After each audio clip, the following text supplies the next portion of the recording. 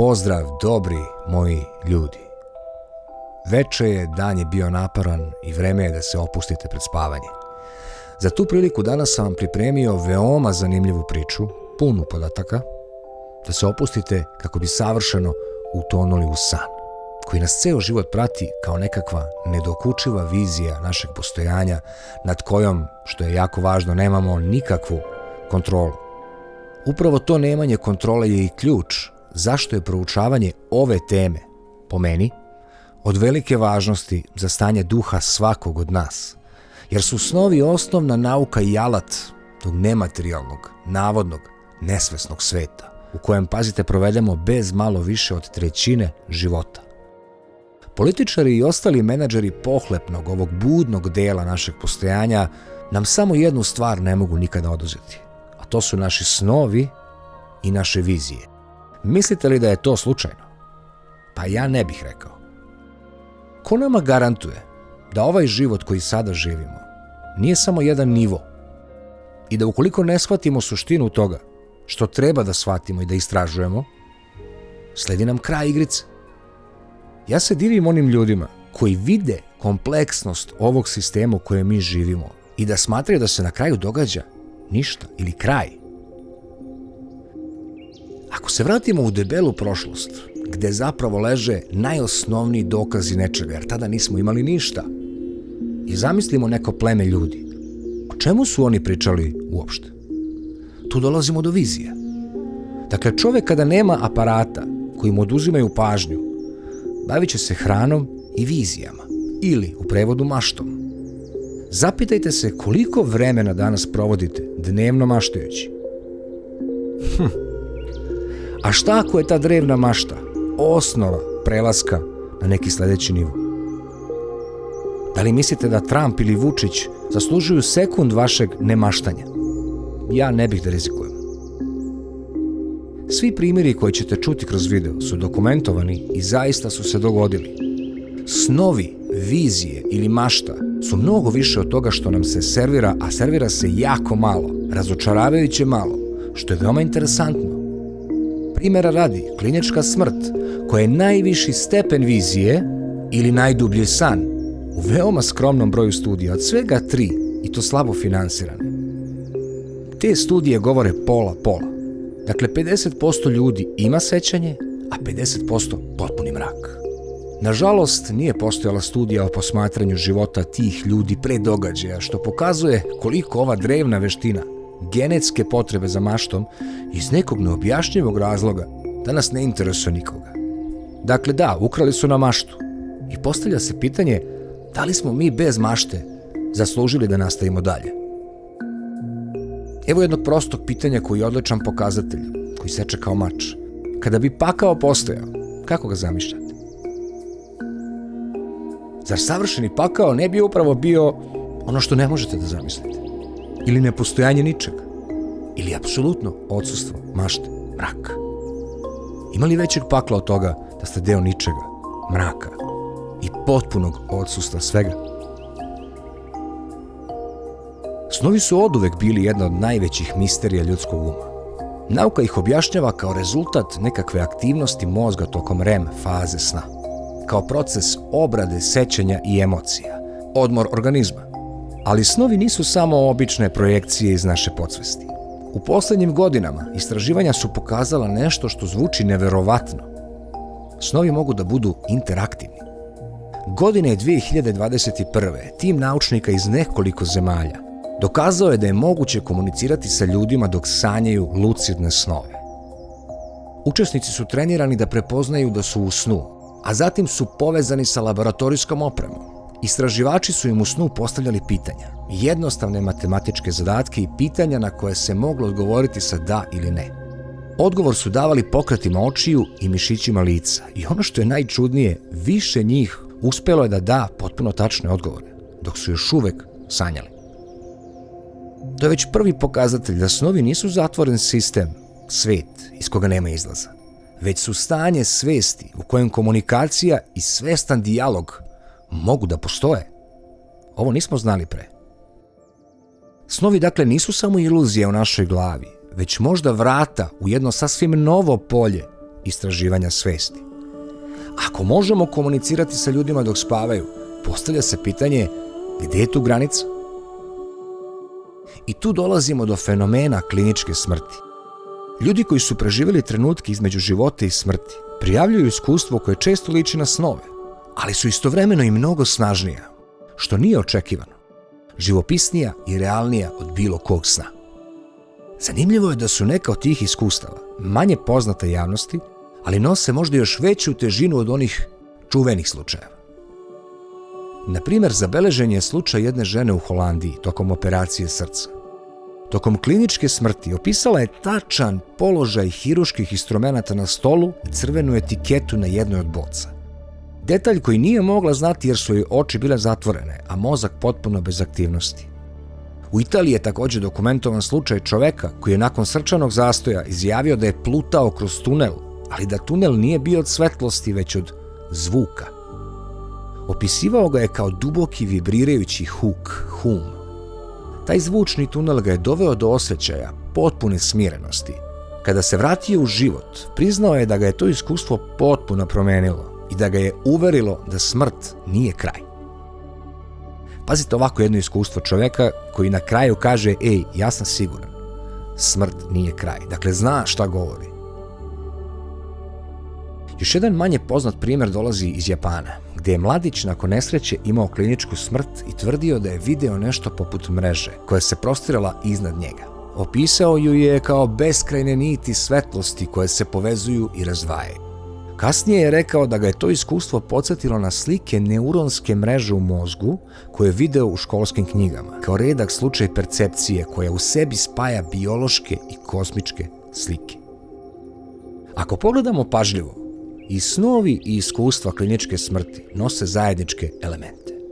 I u snovima i u kliničkoj smrti ljudi opisuju svetlost, tunele, susrete sa nepoznatim bićima ili preminulim rođacima, i jedno i drugo stanje deluje kao prelazak na neki drugi nivo svesti. Samo što su snovi svakodnevni, a klinička smrt retka i krajnje dramatična. Možda uopšte nije slučajno što mnogi koji su imali iskustvo kliničke smrti kažu da je to bilo stvarnije od stvarnog života. Mozak u tim trenucima, baš kao i tokom snova, ulazi u stanje koje još uvek ne razumemo. Sugeriše se da tokom kliničke smrti dolazi do kratkog naleta moždane aktivnosti, nešto kao posljednji bljesak svetlosti, ali objašnjenje zašto ljudi u tom trenutku vide tako slične slike ostaje potpuno nepoznato. Ako povežemo to sa eksperimentima lucidnih snova, dobijamo intrigantnu ideju. Šta ako su snovi neka vrsta pripreme mozga za iskustvo smrti? Ili vam ono što sam pričao na početku? Ko nama garantuje da ako se ne vratimo mašti, ako dozvolimo da nam maštu ukradu, da ćemo imati priliku da nastavimo ovo divno postojanje? Ako možemo da komuniciramo sa ljudima dok sanjaju, da li je jednog dana moguće da komuniciramo i sa onima koji se nalaze u kliničkoj smrti? Što više istražujemo granice svesti, to više shvatamo koliko malo znamo o onome što zaista znači biti živ, gdje je zapravo i suština današnjeg videa. Po mom mišljenju, možda grešim, ali mašta je zaista nešto što je nama genetski upisano od davnina i što smo sami izmislili bez da je neko uticao na nas. Isto tako nije slučajno i zašto su simboli tih religija baš takvi kakvi jesu. Zato što su došli iz nekakvih vizija.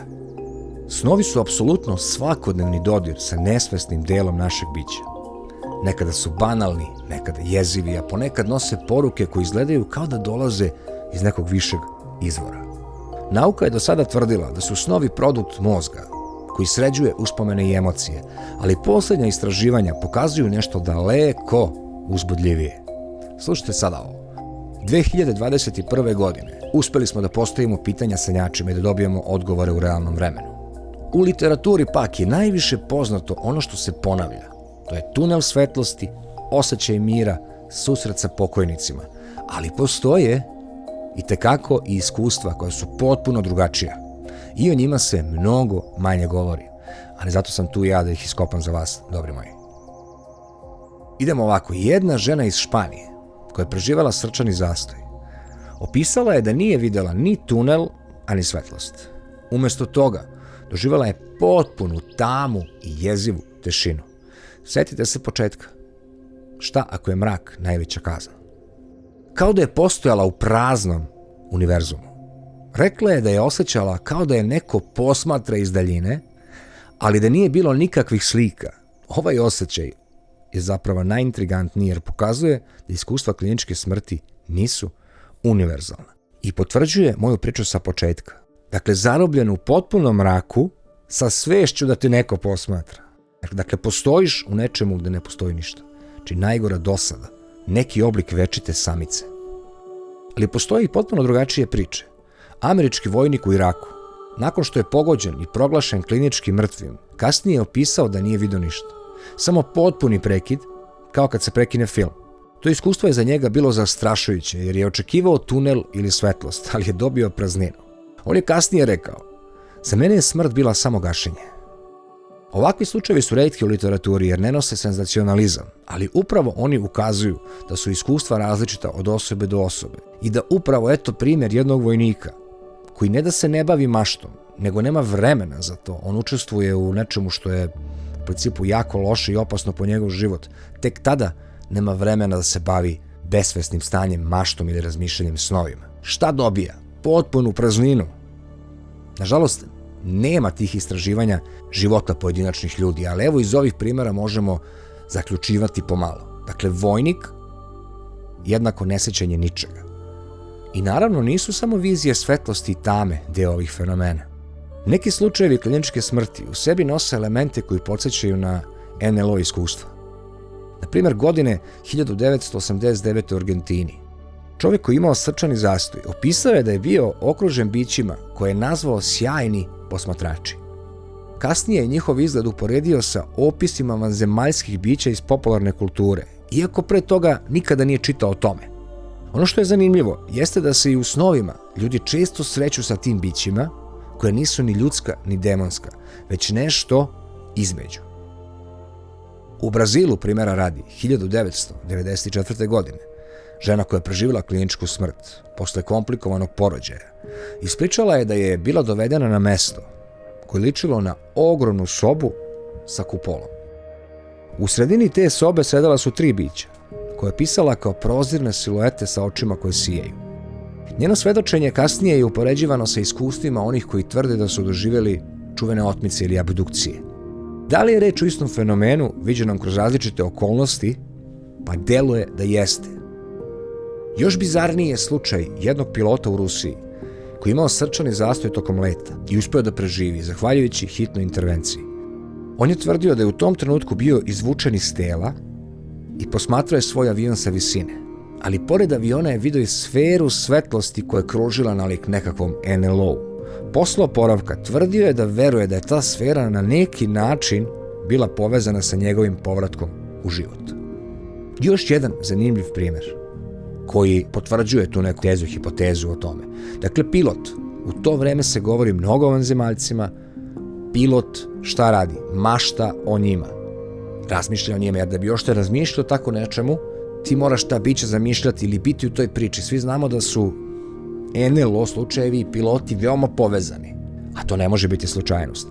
Dakle, taj pilot nakon smrti biva zarobljen u mašti, u tome što ga je pokretalo za vreme njegovog života, mašta o nekakvim vanzemaljcima, i onda kada mu se događa klinička smrt, kada ima uvid u to, on nastavlja taj novi nivo njegove mašte. Sve deluje kao da mozak ne može da se zaključa ukoliko čovjek nema maštu. Nema na šta da se zaključa i sledi potpuni mrak. Međutim, ono što zaključujemo, sve ove priče, od onih gde se vidi svetlost ili tunel, do onih gde se ne vidi apsolutno ništa i do onih gde se javljaju nepoznata bića, ukazuju na to da klinička smrt nije uniformno iskustvo. Dakle, ona zavisi od čoveka, možda od kulture, možda od mozga, možda i od nečega što prevazilazi sve to, a bit će da je to na kraju. Kada sve povežemo sa svetom snova, dolazimo do jedne uznemirujuće ili fascinantne mogućnosti. Ako su snovi stanje u kojem možemo komunicirati sa onim što leži izvan svakodnevne svesti, možda su oni i svojevrsna priprema, zar ne? Mi u snovima već vežbamo napuštanje tela, vežbamo susret sa bićima pa čak i suočavanje sa našom potpunom tamom, nakon čega sledi šta? Ustajanje i potpuno blažesno stanje odmora našeg materijalnog tela, koje se nikada ne može odmoriti ako se mozak ne isključi. Da li ste o tome ikada razmišljali? Dakle, energetski, koja je razlika energetski? Da li vi ležali 8 sati zatvorenih očiju ili sanjali? Energetski nema nekakve velike razlike, ali razlika gigantska kada na kraju otvorite oči. Osjećaj onog koji je bio isključen i onog koji nije je kao nebo i zemlja. Dakle, pokazatelj da je san nešto mnogo više nego što mi mislimo da jeste. Naglašavam još jednom da su ovi svi slučajevi zaista dokumentovani, laboratorijski ispitivani slučajevi. Dakle, nijedan nije neka izmišljotina iz nekog, ne znam, tamo časopisa. Dakle, sve je zabeleženo, provereno i studirano. U literaturi o kliničkoj smrti i snovima postoje i oni retki, gotovo neverovatni slučajevi, gde se iskustvo smrti prepliče sa susretima koji liče na bliske susrete treće vrste. To su priče koje su često skrajnute jer previše odstupaju od klasičnog narativa o tunelu i svetlosti. Na primjer, u Kanadi 1977. godine zabeležen je slučaj ribara koji je doživeo srčani udar na brodu. Tokom te kliničke smrti opisao je da je bio usisan u krug svetlosti, ali da ga nisu čekali ni rođaci ni anđeli. Umesto toga našao se u beloj prostoriji nalik laboratoriji. Tamo su ga posmatrala bića koje je opisao kao ni malo ljudska, ali ni preteća. Nakon što je reanimiran, godinama je govorio da veruje da smrt nije kraj, već prelazak u drugu dimenziju gde nas proučavaju. Njegov slučaj se kasnije našao i u arhivama lokalnih NLO istraživača. Slična priča ovoj dolazi iz Meksika, gde je žena nakon teške saobraćajne nesreće tvrdila da je bila uzeta tokom kliničke smrti. Opisala je dugačak koridor od metala i bića koja su je pratila. Kada se probudila, tvrdila je da su joj rekli da nije još vreme i da mora da se vrati. Njen opis prostora neodoljivo je ličio na izveštaje ljudi koji su bili na nečemu što nalikuje svemirskom brodu u navodnim otmicama. Jedan od najbizarnijih primjera dolazi iz Češke. Mladić koji je imao srčani zastoj tokom sportske nesreće, kasnije je tvrdio da je video ogroman disk iznad sebe, rekao je da je disk otvorio centralni otvor iz koga je izlazila plava svetlost, a zatim ga je progutala. Iako je bio bez moždanih aktivnosti potpuno, kasnije je precizno opisao razgovore lekara tokom reanimacije, što se poklapalo sa stvarnošću. Ono što ostaje neobjašnjeno jeste zašto je njegov mozak to iskustvo oblikovao u formi letećeg tanjira. Ja mislim, moje mišljenje je da je pitanje kakve su ti misli. Kakve su ti misli, to ćeš videti. Još jedan slučaj iz Rusije govori o čoveku, na primjer, koji je preživeo masivni srčani udar. Njegovo iskustvo kliničke smrti počelo je na klasičan način, lebdenje iznad tela i osjećaj mira. Ali onda je video grupu sferičnih bića koja su lebdela oko njega. Tvrdio je da su bili poput energetskih kugli koji ispuštaju zvuke. Kada se probudio, rekao je da je bio ubeđen da ta bića nadgledaju ljude tokom prelaska iz života u smrt. Zanimljivo. Mnogi istraživači, pogotovo oni koji vole NLO pojave, su ovaj slučaj povezali sa fenomenom orbs ili orbova, kuglastih svetala koje ljudi ponekad fotografišu na mestima gdje navodno postoji jaka energija. Zatim u Indiji, lekar koji je preživeo sopstveni srčani zastoj, opisao je da je bio transportovan u ogromni prostor iznad zemlje, gdje je video svetleće objekte koji su ličili na flotu brodova. Nije koristio reč vanzemaljski, već ih je nazvao čuvarima prelaza. Ti koliko su zanimljiva ova iskustva ljudi i to što oni izjave. Tačnije to što su oni doživjeli, kako oni to prenesu. Dakle, čuvari prelaza. Njegov slučaj je posebno značajan jer dolazi od čoveka sa medicinskim obrazovanjem koji je bio skeptik od sopstvenog iskustva. Veoma zanimljivo. Dakle, u pojedinim slučajevima podsvest igra glavnu ulogu. Zatim postoji jako zanimljiv slučaj iz Argentine, gdje je mlada žena nakon trovanja otrovnim gasovima doživjela kliničku smrt. U tom stanju tvrdila je da je došla u kontakt sa bićem od čiste svetlosti koje je pokazalo slike budućnosti. Ali uz to je opisala i lebdeće objekte iznad ogromne planine koju nikada pre nije videla. Kada je kasnije prikazivala crteže. Istraživači su primetili da planina liči na jedno stvarno mesto u Andima, gdje se često pojavljuju viđenja neidentifikovanih letećih objekata. Ovi slučajevi, iako retki, pokazuju da fenomen kliničke smrti može biti daleko složeniji nego što mislimo. Neki vide svetlost i mir, drugi samo prazninu, treći susret sa bićima nalik anđelima i mali broj opisuje iskustva koje neodoljivo podsjećaju na susrete sa nepoznatim inteligencijama. Ako se sada vratimo u prošlost, pogledamo religijski pristup čitavoj priči. I oni imaju odgovor na to. Međutim, oni to nazivaju demonima. Otkud opšte svest o demonu i svesnosti u odnosu na tu priču, ako je ovo tema koja se ne proučava hiljadama godina unazad, zapravo od početka. Ako se ta priča proučava od početka i nosi toliko energiju kroz čitav ovaj napredak i ovaj naš svet, šta ako ona jeste ključna? Šta ako zapravo gubitak mašte znači gubitak nastavka života? Ne znam, ali meni ovo zvuči veoma zanimljivo. Ako dodamo i snove u celu priču, stvar postaje još zanimljivija. U snovima ljudi često prijavljuju kontakte sa bićima, putovanja kroz tunele, pa čak i prizore svetlosnih kugli ili letelica, padova. Nauka kaže da su to samo fragmenti podsvesti, ali paralela sa kliničkom smrću je previše jaka da bi se ignorisala. U oba slučaja, i u snovima i u kliničkoj smrti, čovek ulazi u stanje svesti koje prolazi granice obične realnosti. A šta ako snovi i klinička smrt nisu odvojene pojave, već različite faze istog procesa? Jedan muškarac iz Nemačke, primjera radi, koji je preživeo srčani zastoj u svojim 50. godinama, ispričao je lekarima da se ničega ne seća, rekao je. Za mene je to bilo kao da sam samo zaspao. Nije bilo snova, nije bilo tame, nije bilo ničega.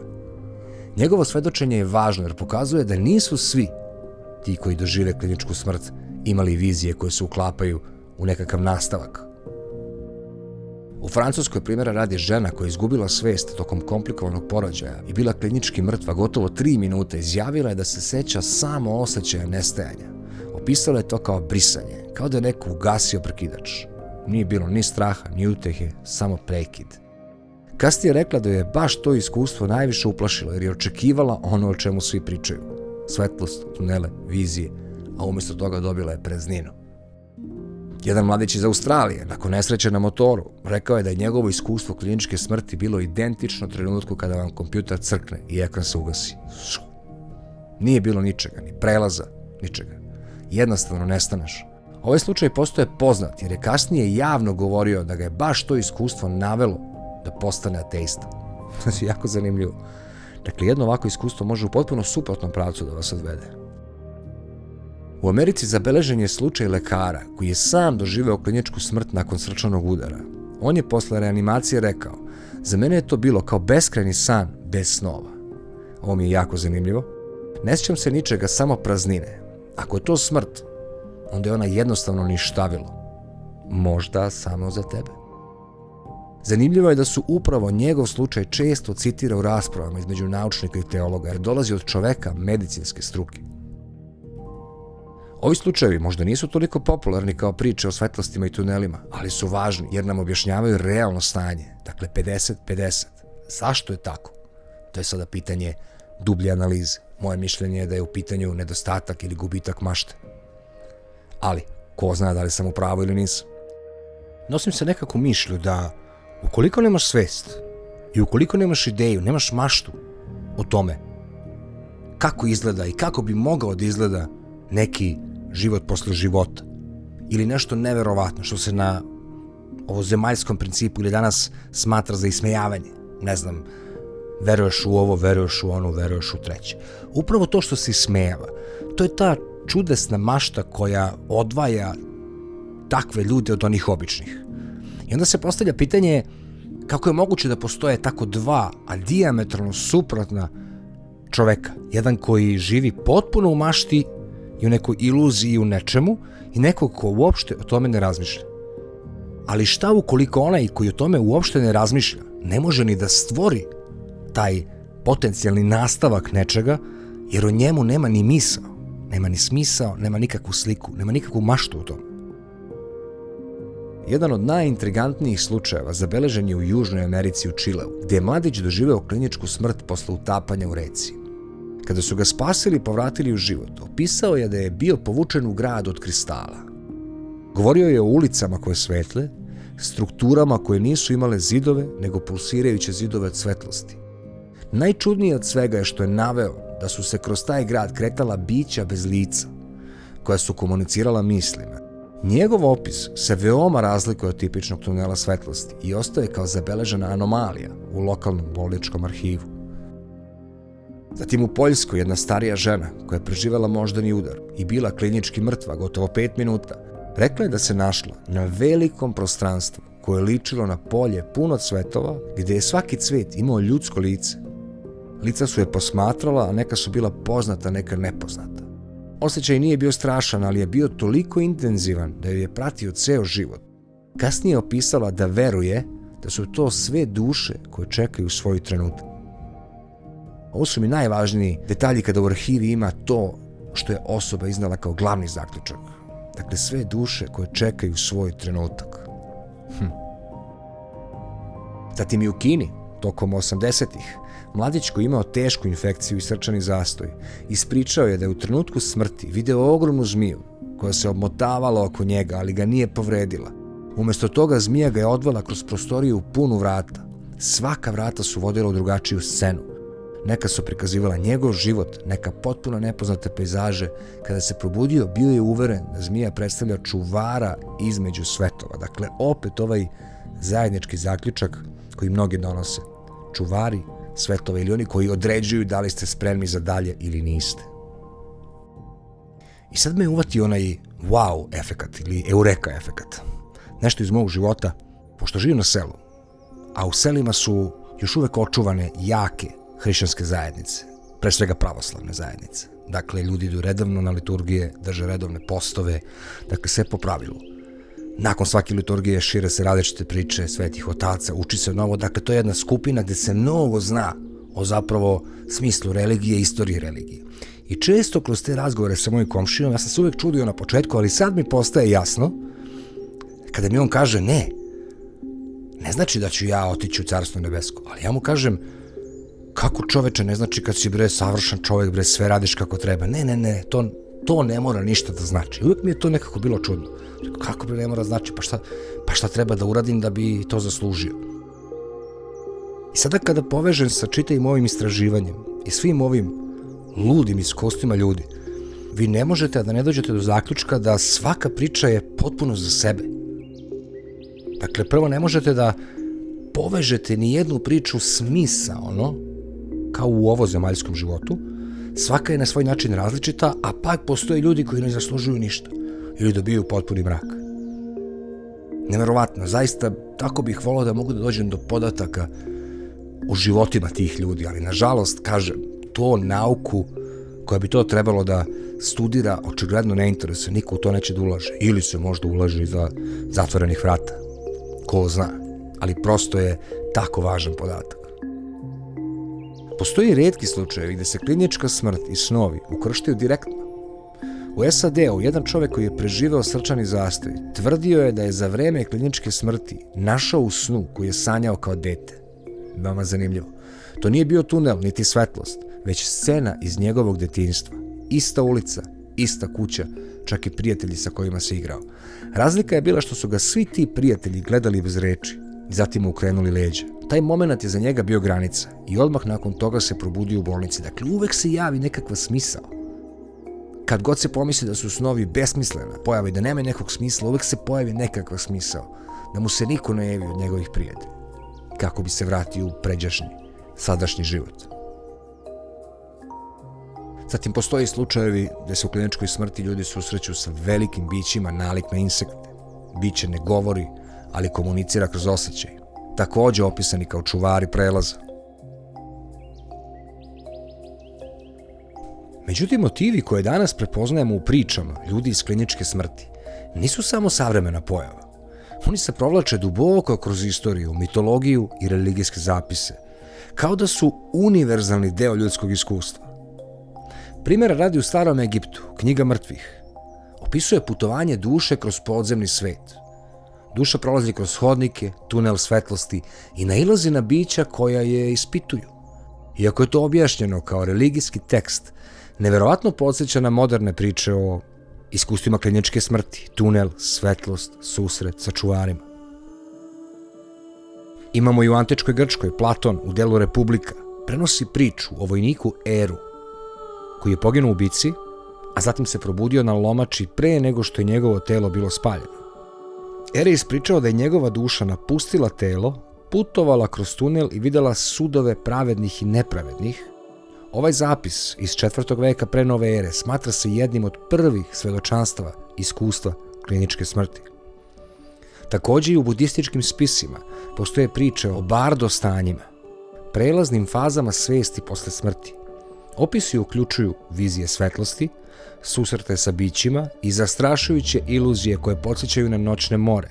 Zanimljivo je da mnogi ljudi u kliničkoj smrti također prijavljuju iskustva koja se kreću između blaženstva i straha, kao da bardo zaista postoji. Bardo u budizmu predstavlja vreme posle smrti ili život posle smrti, ono što se događa nakon. U islamskoj tradiciji postoji opis Sirat Čuprije, mosta tanjeg od vlasi kose, preko koga svaka duša mora da pređe. Mnogi ljudi koji su imali ova iskustva pričaju upravo o prelazima preko mostova, reka ili puteva, gde osjećaju da ako zakorače predaleko, nema povratka. Na primjer, kod nas hrišćana, majka Tereza, to je najpopularniji slučaj, koja je osjećala da napušta telo i ulazi u svetlost. Neki teolozi smatraju da je to bila vrsta živog iskustva, slično kliničkoj smrti, samo izazvanom duhovnom praksom. Postoji još drevnih izvora koji dolazi iz nordijske mitologije. Stari vikinzi su verovali da hrabri ratnici u trenutku smrti vide valkire ili bića svetlosti koji ih odvode u Valhalu. Današnji svedoci ovakvih pojava često govore o bićima od svetlosti, koji ih posmatraju i vode, što daje utisak da se isti motivi ponavljaju kroz različite epohe i kulture. Čak i u Bibliji, u delu sa Korinćanima, apostol Pavle govori o čoveku koji je bio uznesen do 3. neba i čuo neizrecive reči. Mnogi istraživači veruju da je Pavle opisao sopstveno iskustvo bliske smrti nakon kamenovanja, kada je bio prividno mrtav, ali se povratio. I u Indiji su zabeleženi brojni slučajevi ljudi koji tvrde da su tokom kliničke smrti greškom uzeti u zagrobni svet. U tim pričama se često pojavljuje motiv činovnika ili bića koje proverava knjige sudbine, pa zatim shvata da je došlo do greške i vraća osobu u život. Zanimljivo je da se isti motivi greške u pozivu smrti javljaju u modernim pričama. Ovo sve pokazuje da iskustva kliničke smrti nisu moderna iluzija, već deo ljudske istorije od najdavnijih vremena. Iako su različite kulture ta iskustva objašnjavale kroz svoju religiju i mitologiju, osnovni motivi ostaju isti: svetlost, tuneli, bića, osjećaj mira ili potpuna praznina i tišina. A kada dodamo ujednačinu snova, dobijamo još jedan sloj. U starim tekstovima snovi su često viđeni kao poruke bogova. U Bibliji, primjera radi, Josif tumači snove faraona i predskazuje glad. U Homerovoj Ilijadi bogovi šalju poruke kroz snove. Isto se dešava i danas. Ljudi i dalje sanjaju katastrofe ili događaje pre nego što se dogode. Baš kao što u kliničkoj smrti vide prizore koje kasnije mogu potvrditi. Ova priča zaista je toliko inspirativna da bih mogao još satima da govorim o njoj. Ali mislim da je za ovaj put dovoljno, a naravno priču ćemo nastaviti čim se ukaže dobar trenutak za to. Veliki pozdrav i uživajte, dobri ljudi. Pozdrav.